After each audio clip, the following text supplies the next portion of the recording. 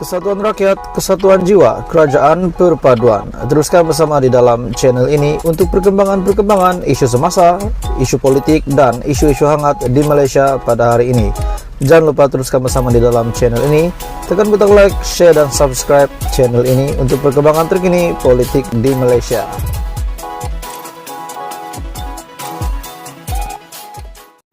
Tuan-tuan dan puan semua, benarkah setelah Zahid Hamidi menjadi timbalan Perdana Menteri, orang kedua yang mempunyai jawatan tertinggi di Malaysia selepas Perdana Menteri Anwar Ibrahim?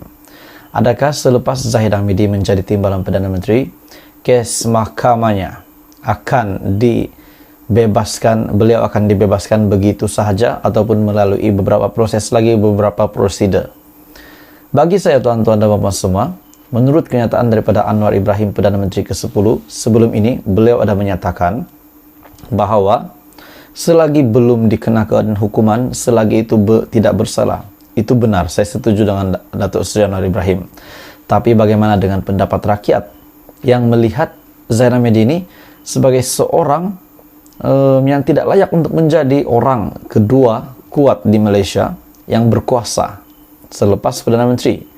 Oke, baik, sebelum kita meneruskan cerita hari ini, kita meneruskan hujah hari ini, saya meminta jasa baik tuan-tuan dan bapak semua dan semua yang menonton video ini, tolong tekan butang like, subscribe channel ini, dan juga share video ini supaya lebih ramai rakyat Malaysia yang tahu tentang ini. Adakah Anda setuju setelah Zahid Hamidi menjadi timbalan Perdana Menteri, beliau dilihat sangat senang, beliau dilihat seperti gembira disebabkan kes mahkamahnya seperti bukan lagi menjadi beban di dalam kehidupannya. Hari ini satu berita yang saya lihat, Ahmad Zahid Hamidi, timbalan Perdana Menteri Malaysia, dibebaskan mahkamah pendakwaan file petition rayuan. Pihak pendakwaan memfailkan petition rayuan terhadap keputusan Mahkamah Tinggi yang membebaskan Datuk Seri Dr. Ahmad Zahid Hamidi berhubung kes sistem visa luar negara dan pusat sehenti 23 September lalu. Presiden UMNO itu dibebaskan daripada 40 pertuduhan menerima rasuah daripada sebuah syarikat untuk menyambung kontrak berkaitan sistem VLN dan pusat sehenti di China. Laporan FMT memetik sumber berkata, petition itu menyenaraikan 15 alasan mengapa Ahmad Zahid Hamidi itu mengapa Mahkamah Rayuan perlu membatalkan pembebasan Ahmad Zahid itu dan mengarahkannya untuk membela diri atas pertuduhan berkenaan. Adakah Zahid Hamidi layak untuk dilepaskan daripada 40 pertuduhan ini melalui petition ini? Tetapi sudah pasti ramai yang berpendapat bahawa beliau perlu membela diri. Laporan FMT memetik sumber, petition itu menyenaraikan 15 alasan mengapa Mahkamah Rayuan perlu membatalkan pembebasan Ahmad Zahid dan mengarahkannya untuk membela diri atas pertuduhan berkenaan. Ahmad Zahid dilantik sebagai timbalan Perdana Menteri untuk kali kedua selepas Perdana Menteri. Ahli Parlimen Bagan Datuk sebagai timbalan Perdana Menteri untuk kali kedua selepas Perdana Menteri. Datuk Seri Anwar Ibrahim dipilih menerajui kerajaan perpaduan susulan PRU 15. Ahli Parlimen Bagan Datuk itu juga dilantik sebagai Menteri Kemajuan Desa dan Wilayah. Sumber juga berkata rayuan itu difailkan di Mahkamah Rayuan selepas pihak pendakwaan menerima rekod rayuan daripada pendaftar Mahkamah Tinggi Shah Alam minggu lalu. Pada 23 September yang lalu juga, Mahkamah Tinggi melepas dan membebaskan Ahmad Zahid daripada 40 pertuduhan menerima suapan daripada syarikat Ultra Kirana Sendirian Berhad berhubung kontrak pengendali perkhidmatan One Stop Center di China dan sistem VLN. Bermakna belum pun PRU 15 memang Ahmad Zahid Hamidi sudah dibebaskan, tetapi ada satu petition telah dibuat 15 alasan mengapa Zahid Hamidi perlu membelakan diri. Hakim Mahkamah Tinggi Datuk Muhammad Yazid Mustafa dilapor memerintahkan Ahmad Zahid dibebaskan daripada semua pertuduhan utama dan pertuduhan pilihan mengikut Seksyen 16 dalam kurungan E dalam kurungan B Akta Suruhanjaya Pencegahan Rasuah Malaysia SPRM 2009, Seksyen 165 Kanun Keseksaan. Muhammad Yazid dipetik berkata, selepas mempertimbangkan semua bukti dan keterangan secara keseluruhan, Mahkamah mendapati pihak pendakwaan gagal membuktikan kes prima facie terhadap Ahmad Zahid. Ahmad Zahid Hamidi yang berumur 69 tahun berdepan 33 pertuduhan menerima suapan daripada UKSB untuk dirinya selaku Menteri Dalam Negeri ketika itu bagi melanjutkan kontrak syarikat berkenaan sebagai pengendali OSC di China dan VLN. Bagi 7 lagi pertuduhan, Ahmad Zahid didakwa mendapatkan untuk dirinya wang tunai RM3 juta, 15.000 Swiss francs dan US dollar 15.000 daripada UKSB yang mempunyai kaitan dengan tugas rasmi beliau pada ketika itu. Dan semua kesalahan itu didakwa dilakukan di Seri Satria, Presin 16 Putrajaya dan Country Heights Kajang antara Oktober 2014 dan Mac 2018. Jadi akhirnya pihak pendakwaan memfailkan petisi rayuan, di mana laporan daripada FMT memetik sumber berkata petisi itu menyenaraikan 15 alasan mengapa rayuan perlu membatalkan pembebasan Zahid dan mengarahkannya untuk membela diri atas pertuduhan berkenaan. Jadi tuan-tuan dan puan-puan semua, apa komen anda berita hari ini? Adakah layak untuk Zahid Hamidi dibebaskan ataupun petisi ini perlu diambil kira 15 alasan ini? Jadi tuan-tuan dan puan-puan semua, teruskan bersama di dalam channel ini untuk perkembangan dan episod seterusnya politik di Malaysia hari ini.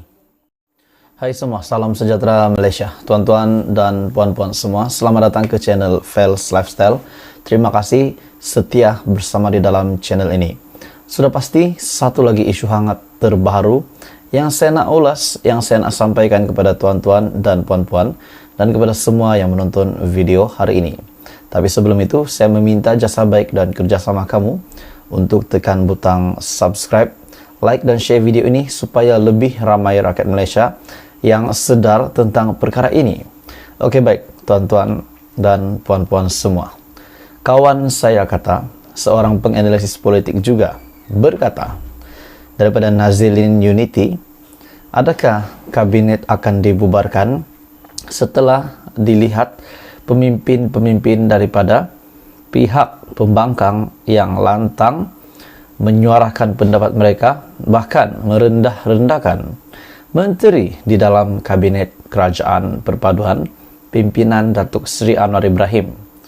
Adakah Datuk Seri Anwar Ibrahim sebagai Perdana Menteri Malaysia ke-10 pada hari ini akan mempertimbangkan kenyataan daripada pemimpin pembangkang, pemimpin Perikatan Nasional Bersatu, iaitu Datuk Wan Saiful Wanjan, yang ada membuat kenyataan yang membidas dakwaan ataupun kenyataan daripada Rafizi Ramli sebagai Menteri Ekonomi hari ini, yang dilihat dakwaan daripada Wan Saiful ini menunjukkan bahawa Rafizi tidak layak untuk menjadi ekonomi, disebabkan beliau ini bukan fokus untuk membantu rakyat, tetapi fokus untuk membalas dendam kepada pemimpin Perikatan Nasional. Jadi adakah anda setuju dengan kenyataan daripada Wan Saiful? Okey, sekiranya anda semua bertanya dengan saya, pendapat saya secara pribadi, saya tidak setuju dengan kenyataan daripada Wan Saiful Wanjan. Disebabkan Rafizi Ramli sebagai Menteri Ekonomi hari ini, yang memang sudah pun mendapat kepercayaan Perdana Menteri, takkanlah Menteri yang baru dilantik, tiba-tiba saja pemimpin yang mengkritik, tiba-tiba ditukar. Tak logik lah kan tuan-tuan dan puan-puan semua. Jadi tuan-tuan dan puan-puan semua, apa komen anda? Adakah Rafizi Ramli layak untuk menjadi Menteri Ekonomi? Di mana sebelum ini kita ada mendengar kenyataan daripada Wan Saiful Wanjan yang mencadang untuk Rafizi Ramli ditukar. Ditukar dengan siapa? Dan sekiranya pun ada calon yang terbaik hari ini, adakah menteri-menteri yang lain juga akan ditukar? Contohnya, Menteri Keuangan Datuk Seri Anwar Ibrahim, adakah akan ada Menteri Keuangan baru sekiranya ramai yang mempertikaikan Perdana Menteri memegang jawatan sebagai Menteri Keuangan juga? Ataupun ada lagi satu, sekiranya pemimpin Perikatan Nasional yang lain ataupun daripada parti pembangkang yang melontarkan dakwaan yang sama kepada Zahid Hamidi sebagai timbalan Perdana Menteri? Adakah sekiranya benar Datuk Seri Anwar Ibrahim akan mempertimbangkan kenyataan daripada Wan Saiful untuk menukar Rafizi Ramli, tukar kepada menerusi satu nama yang dinyatakan oleh Wan Saiful, iaitu beliau mencadang Johari untuk mengganti Rafizi? Dan sekiranya benar, sekiranya benar Perdana Menteri Anwar Ibrahim akan melakukan tindakan tersebut, menukar Rafizi Ramli, adakah selepas Anwar Ibrahim melakukan ini dan tiba-tiba ada lagi suara daripada pemimpin pembangkang Perikatan Nasional khususnya yang menyuarakan dakwaan yang sama untuk Zahid Hamidi? Contohnya, Anwar Ibrahim perlu menukar Zahid Hamidi disebabkan Zahid Hamidi seperti tidak bekerja. Zahid Hamidi dilihat seperti tidak bekerja sebagai timbalan Perdana Menteri. Adakah Anwar Ibrahim akan mempertimbangkan dakwaan tersebut dan lantas menukar Zahid Hamidi dan menteri-menteri yang lain juga, bukan Zahid Hamidi saja, Fadila Yusuf juga, ataupun beberapa menteri-menteri yang lain?